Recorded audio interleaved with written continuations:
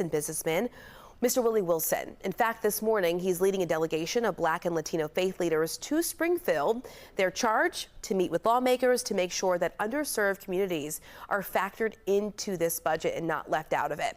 Mr. Wilson joining us live now as he sets on the road for today's road trip, literally on the road this morning. Mr. Wilson, good to be with you. Hey, good to be with you also. Thanks for having us here. You said Black and brown communities are not looking for a, quote, handout in terms of the budget, but what specifically do you want lawmakers to earmark for these communities? Like, what's your top priority here as you push for lawmakers to prioritize these communities?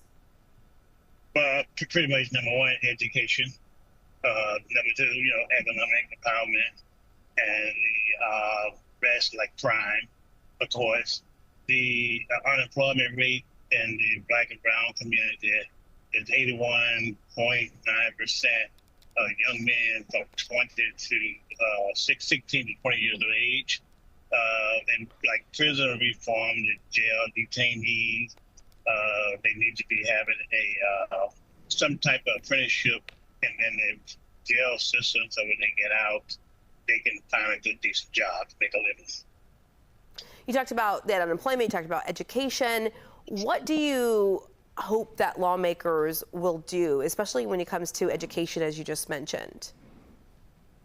Well, first of all, we need to stop passing people from grade to grade that cannot read and write.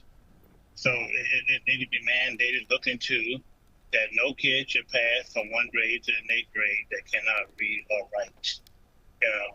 That's a pipeline to crime. Once they get out, can't find a job. We need dollars in that. And also, the kids that can, pass from one grade to next grade, apprenticeship from first grade all the way to 12th grade, that they can have a trade once they get out.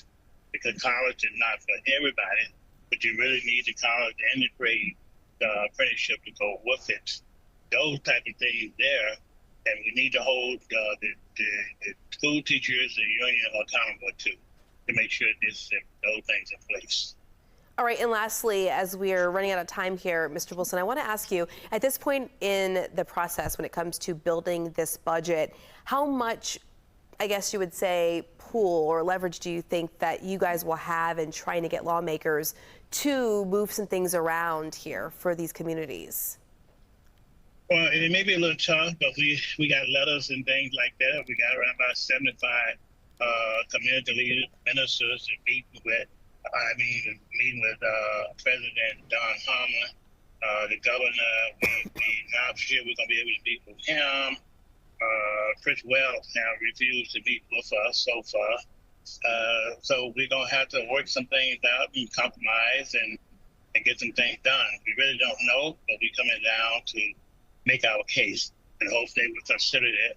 But we coming out with the whole representative of the state of Illinois, particularly Black and brown community, with different ministers and leaders will be down here today. And let's hope for the best. All right, Willie Wilson, thanks for joining us as you head down to Springfield. We appreciate your time. Thank you.